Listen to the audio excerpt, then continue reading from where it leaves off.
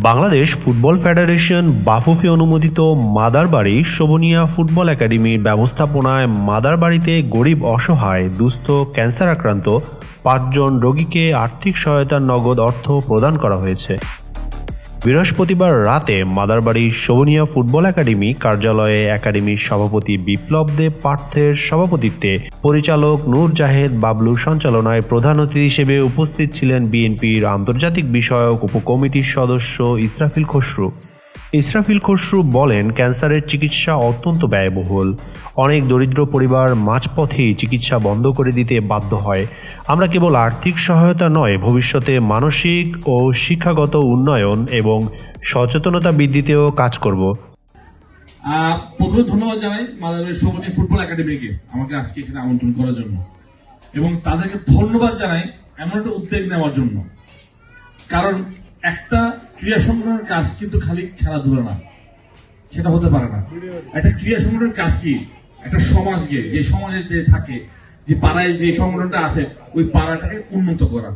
যেহেতু আজকে মাদারবাড়ি শোভনিয়া একাডেমি আজকে এই কাজটা করছে, তাদেরকে আমি আন্তরিকভাবে ধন্যবাদ জানাই।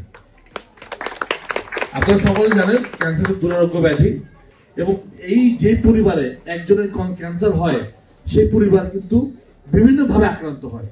এবং চট্টগ্রামে কিন্তু ক্যান্সারের যে ট্রিটমেন্ট খুব অপ্রতুল, আপনারা জানেন।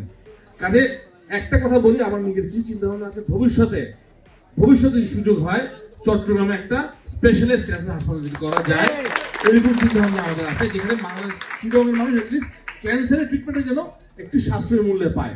বিশেষ অতিথি হিসেবে উপস্থিত ছিলেন চট্টগ্রাম মহানগর বিএনপির আহ্বায়ক কমিটির সদস্য আলহাজ জয়নাল আবেদিন জিয়া, আলহাজ সালাউদ্দিন, চট্টগ্রাম দক্ষিণ জেলা বিএনপির সদস্য মোহাম্মদ শফিকুল ইসলাম, ২৯ নং পশ্চিম মাদারবাড়ি ওয়ার্ড বিএনপির সাবেক সাধারণ সম্পাদক মোস্তাফিজুর রহমান মোস্তাক, মাদারবাড়ি শোভনিয়া ক্লাবের সিনিয়র সহসভাপতি ইকবাল হোসেন, একাডেমির সিনিয়র সহসভাপতি দিদারুল আলম চৌধুরী।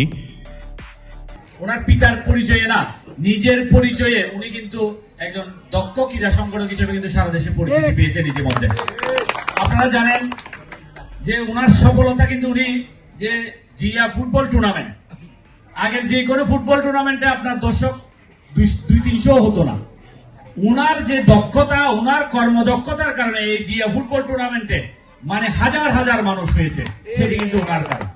আমরা চাই সামনে যে ক্রীড়া ক্ষেত্র আছে, জেলা ক্রীড়া সংস্থা, বিভাগীয় ক্রীড়া সংস্থা, উনি বাংলাদেশ ক্রিকেট বোর্ডে যেতে চান, সেই বিষয়গুলোতে যেন উনি গিয়ে এই যে খেলাধুলার যে মান উন্নয়নে উনি আমাদের কাজ করবেন। আরও উপস্থিত ছিলেন একাডেমির অর্থ সম্পাদক সাইমন আহমেদ শাহেদ, পরিচালক আজম খান, আলাউদ্দিন ভূঁইয়া, মোশাররফ হোসেন, ইয়াসির আরাফাত, আনোয়ারুল আবেদিন মুন্না, ইউনুস মিয়া জুয়েল, আব্দুল মোনাফ টুটুল, আশরাফুল ইসলাম রাজীব, মোহাম্মদ মুরাদ, আমিনুল ইসলাম আজাদ, আব্দুল হামিদ জনি, মোহাম্মদ নুরুদ্দিন, মোহাম্মদ ইমন, শহীদুল ইসলাম শহীদ।